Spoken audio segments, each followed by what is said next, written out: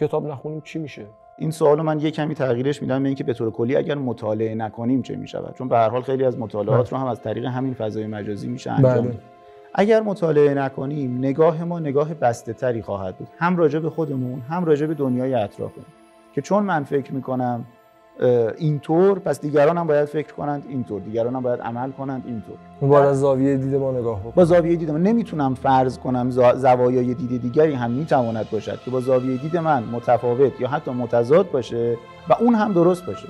زندگی رو برای خودمون و برای اطرافیانمون سخت میکنیم و جامعه‌ای که تشکیل بشه از تعداد افراد زیادی که مطالعه نمی‌کنن، یعنی جامعه‌ای شده که مشکلات حل نمیشن، مشکلات بیشتر میشن و اون جامعه رشدی رو تجربه نخواهد کرد و کوتاه‌ترین پاسخ اینه که رضایتمون از زندگی خیلی کم میشه.